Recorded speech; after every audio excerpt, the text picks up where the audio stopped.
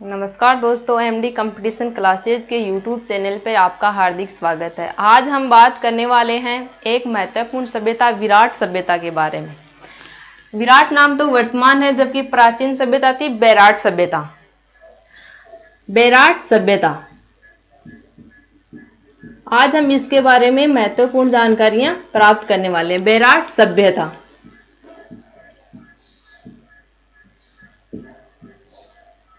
वर्तमान नाम है विराट। कहां पर है? जयपुर जिले में, राजस्थान के जयपुर जिले में। राजस्थान के जयपुर जिले में विराट सभ्यता विकसित है। राजस्थान के जयपुर जिले में विराट सभ्यता विकसित है। अब यह कौन सी नदी के किनारे विकसित की गई है? सबसे पहले बात आती है सभ्यता के बाद, अब बात आती है नदी की। तो बैराट सभ्यता है, यह है बाणगंगा नदी के किनारे। यह है बाणगंगा नदी के किनारे विकसित की गई है। अब बाणगंगा नदी के किनारे बैराट सभ्यता विकसित की गई, तो ये दो नदियों के बीच, दो डूंगरियों के बीच विकसित की गई है। इसके दोनों तरफ दो डूंगरियां हैं। पहली का नाम है बीजक डूंगरी, पहली है बीजक डूंगरी, और दूसरी है भीम डूंगरी। दूसरी है भीम डूंगरी। इन दो डूंगरियों के मध्य कौन सी सभ्यता विकसित की गई है? बैराट सभ्यता। नदी का नाम है बाणगंगा सभ्यता। अब आगे बात आती है कि बैराट सभ्यता के खोजकर्ता कौन थे, इसने इस सभ्यता की खोज कब की थी, इसकी खुदाई का कार्य कब हुआ, तथा इसकी खुदाई करने वाले कौन कौन व्यक्ति थे। तो यहां बात आती है बैराट सभ्यता की खोज की। तो इसके खोजकर्ता कौन थे? खोजकर्ता थे दयाराम साहनी। एक नाम आता है दयाराम साहनी। अब दयाराम साहनी ने इसकी खोज का कार्य किया, तो बात आती है कि दयाराम साहनी ने इसकी खोज का कार्य कब पूर्ण किया। तो इसने किया था सन 1936 ईस्वी में। सन 1936 ईस्वी में दयाराम साहनी ने बैराट सभ्यता की खोज का कार्य किया। आगे बात आती है कि सर दयाराम साहनी ने इसकी खोज का कार्य तो पूर्ण कर लिया, अब इसके बाद में इस सभ्यता की खुदाई का कार्य कब हुआ। तो खुदाई की बात करें तो दो व्यक्ति थे जिन्होंने मिलकर इसकी खुदाई का कार्य पूर्ण किया था। कब किया था? दो व्यक्तियों का नाम आता है जिन्होंने इसकी खुदाई का कार्य पूर्ण किया था।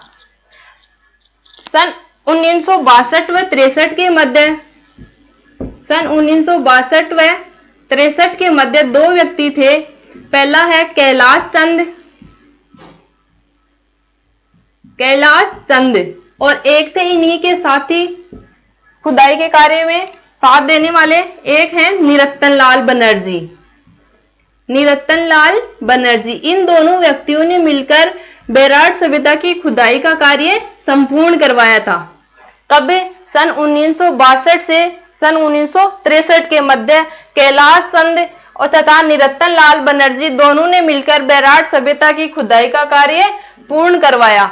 अब बैराट सभ्यता की खोज भी हो गई, बाणगंगा नदी के किनारे ये विकसित भी कर ली गई, इसकी खुदाई का कार्य भी हो गया। अब चौथी बात आती है कि इसके अंदर महत्वपूर्ण साक्ष्य कौन कौन मिले। अब बैराट सभ्यता वही सभ्यता है जहां पर पांडवों ने अपने 13 वर्ष व्यतीत किए थे। पांडवों ने अपने 13 वर्ष व्यतीत किए थे। ये वही बैराट सभ्यता है जहां पर पांडवों ने अपने 13 वर्ष व्यतीत किए थे। अब यहां से बात आती है, एक जनपद था मत्स्य जनपद।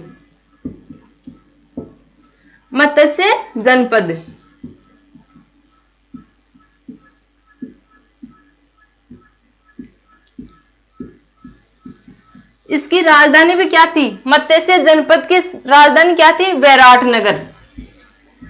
मत्स्य जनपद की राजधानी भी बैराट नगर ही थी। अब आगे महत्वपूर्ण बात यह आती है कि बैराट सभ्यता से अशोक सम्राट के शासनकाल के भी महत्वपूर्ण साक्ष्य प्राप्त हुए हैं। अशोक सम्राट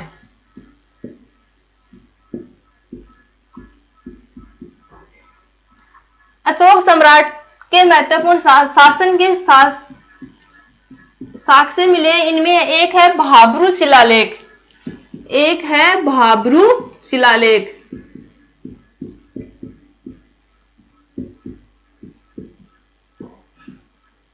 भाब्रू शिलालेख की खोज कहां से की गई है?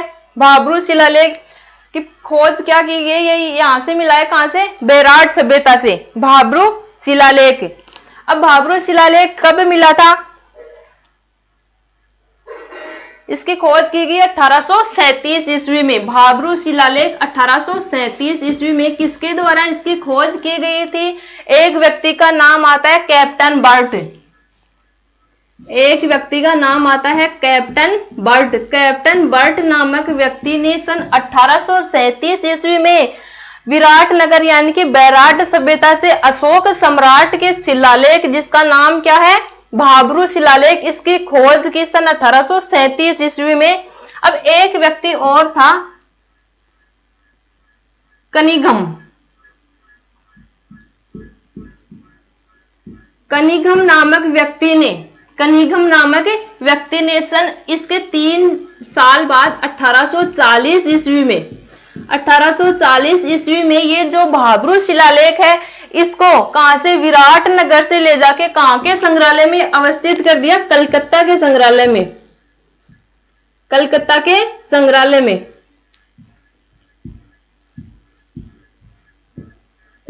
कलकत्ता के संग्रहालय में इस भाब्रू शिलालेख को जमा करवा दिया गया।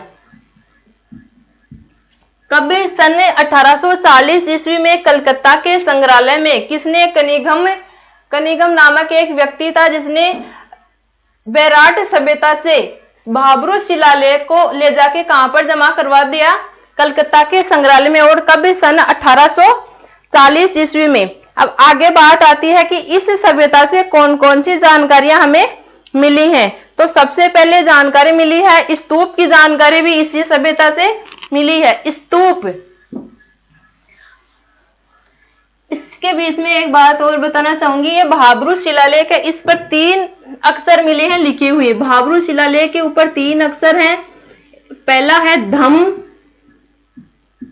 दूसरा है सम और तीसरा है बुद्ध। धम, सम और बुद्ध, ये 3 नाम किसके ऊपर अंकित मिले हैं? भाब्रू शिलालेख के ऊपर, जो कि क्या है? अशोक सम्राट द्वारा निर्मित है। अब आगे बात आती है, अभी बताया मैंने कि बैराट सभ्यता से कौन कौन से साक्ष्य मिले हैं। तो पहली जानकारी तो इससे मिली है स्तूप की जानकारी। स्तूप की जानकारी। दूसरी बात है मठ की जानकारी।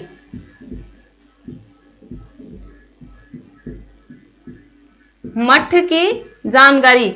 अब बैराट सभ्यता एक ऐसी सभ्यता है जिससे सर्वप्रथम मंदिरों की जानकारी इसी सभ्यता से मिली थी। सर्वप्रथम मंदिरों की जानकारी। मंदिरों की जानकारी कौन सी सभ्यता से मिली थी? बैराट सभ्यता से। मंदिरों की जानकारी, स्तूपों की जानकारी, मठों की जानकारी और तीसरी बात है मंदिरों की जानकारी भी इसी सभ्यता से मिली है। आगे बात आती है कि एक चीनी यात्री था ह्वेनसांग। चीनी यात्री था ह्वेनसांग, जिसने क्या की थी? बैराट सभ्यता की यात्रा की थी। चीनी यात्री था, उसका नाम था ह्वेनसांग।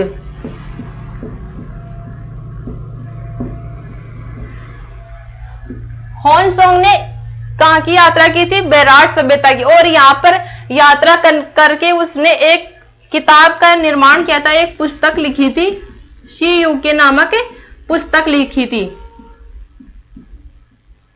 शी यू के नामक पुस्तक किसने लिखी थी? एक चीनी यात्री था ह्वेनसांग, इसने शी यू के नामक पुस्तक लिखी थी। आगे बात आती है, अब यहां से पंचमार्ग हो रहे हैं और एक चीज और मिली है यहां से।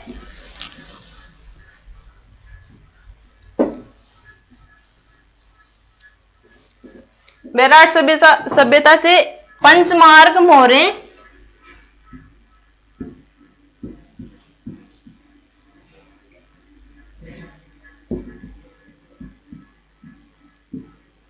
ये क्वेश्चन 2-4 बार पुटअप हो चुका है। पंचमार्क मौर्य कौन सी सभ्यता से मिली है? तो पंचमार्क मौर्य मिली है हमें बैराट सभ्यता से। पंचमार्क मौर्य मिली है बैराट सभ्यता से।